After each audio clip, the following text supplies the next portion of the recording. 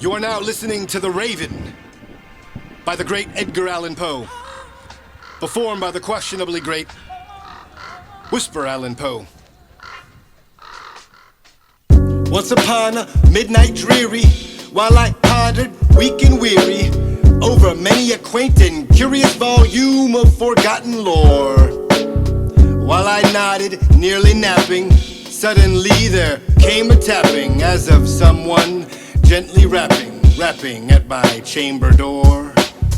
"'Tis some visitor," I muttered, tapping at my chamber door. Only this and nothing more. Distinctly I remember it was in a bleak December, and each separate dying ember wrought its ghost upon the floor. Eagerly I wished the morrow, vainly I had sought to borrow from my book surcease of sorrow, sorrow for the lost Lenore, for the rare and radiant maiden whom the angels name Lenore, nameless here forevermore. And the silken satin certain of rustling each purple curtain thrilled me, filled me with fantastic terrors never felt before, so that now to still the beating of my heart I stood repeating, "'Tis some visitor entreating entrance at my chamber door." Some late visitor entreating entrance at my chamber door. That is, all it could be, and nothing more. Presently my soul grew stronger, hesitating then no longer. "Sir," I said, "or madam, truly your forgiveness I implore. But the fact is I was napping, and so you gently came rapping, and so faintly you came tapping at my chamber door, that I scarce was sure I heard you. Here I opened wide the door, then darkness was all there was, and nothing more. Deep into that darkness peering, long I stood there, wondering, fearing, doubting, dreaming dreams no mortal ever dared to dream before. But the silence was unbroken, and the stillness gave no token, and the only word there spoken was the whispered word Lenore. As I whispered, and an echo murmured back the word Lenore. Merely this and nothing more. Back into the chamber turning, all my soul within me burning. Soon again I heard the tapping somewhat louder than before. "Surely," said I, "surely that is something at my window lattice. Let me see there what there that is, and this mystery explore. Let my heart beat still a moment, and mystery explore, till only I see it's the wind and nothing more." Open here I flung the shutter, when with many a flirt and flutter in there stepped the stately raven of the saintly days of yore.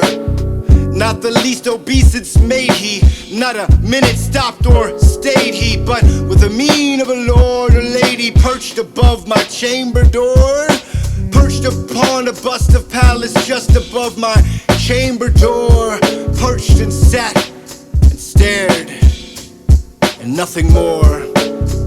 Then this ebony bird beguiling my sad fancy into smiling, by the grave and stern decorum of the countenance it wore. "Though thy crest be shorn and shaven, thou," I said, "art surely no craven, ghastly, grim, and ancient raven, wandering from the nightly shore. Tell me what thy lordly name is on thy night's Plutonian shore." Then quoth the raven, "Nevermore." Much I marveled this ungainly fowl to hear discourse so plainly aloud, though its answer little meaning, little relevancy bore. For we cannot help agreeing that no living human being breathing ever yet was blessed with seeing bird above his chamber door, bird or beast upon the sculptured bust above his chamber door, with such a name as nevermore. But the raven sitting lonely on the placid bus spoke only the one word, as if his soul in that word he did outpour. Nothing further than he uttered, not a feather. Then he fluttered, till I scarcely more than muttered, other friends have flown before. On the morrow he will leave me, as my hopes have flown before. Then again the bird said, Nevermore. Startled at the stillness broken by reply so aptly spoken, doubtless said I, what it utters is its only stock in store. Caught from some unhappy master, whom unmerciful disaster soon followed fast and followed faster, till his songs one burden bore, till the dirges of his hope that melancholy burden bore. Of never, nevermore. But the raven still beguiling all my fancy into smiling straight, I wheel a cushioned seat in front of bird and bust and door.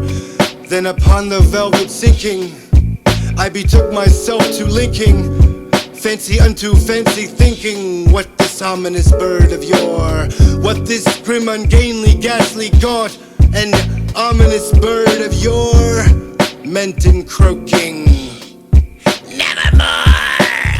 This I sat engaged in guessing, but no syllable expressing to the fowl whose fiery eyes now burned into my bosom's core. This and more I sat divining, with my head at ease reclining on a cushion's velvet lining that the lamplight gloated o'er. But those velvet violet lining with the lamplight gloating o'er, she shall press, nevermore. Then methought the air grew denser when, perfumed by an unseen censer, swung my seraphim, whose footfalls tinkled on the tufted floor. Wretch, I cried, thy God that lent thee, by these angels which he has sent thee, respite, repent thee from thy memories of Lenore. Quaff, oh quaff this kind of pent, then forget this lost Lenore. Then quoth the raven, nevermore. Prophet, I said, thing of evil, prophet still if bird or evil, whether tempter sent or whether tempest tossed thee here ashore. Desolate yet all undaunted on this desert land enchanted, on this home by horror haunted, tell me truly I implore, is there balm in Gilead? Tell me I implore. Then again quoth the raven, nevermore. Prophet, I said, thing of evil, prophet still if bird or devil, by that heaven that hath bends above us, by gods we both adore. Tell the soul with sorrow laden, if with a distant aiden it shall clasp a sainted maiden, whom the angels name Lenore. Clasp a rare and radiant maiden, whom the angels name Lenore. Then again quoth the raven, nevermore. be that word or sign in parting, bird or fiend, I shrieked up starting, get thee back into the tempest and the night's Plutonian shore. Leave no black plume as a token of that lie thy soul hath spoken. Leave my loneliness unbroken, quit thy bust above the door. Take thy beak from out my heart, and take thy form from off the door. Then again quoth the raven, nevermore. and the raven never flitting, still is sitting on the pallid bust of pallid just above my chamber door. And his eyes have all the seeming of a demon's that is dreaming, and the lamplight o'er him streaming throws his shadow on the floor.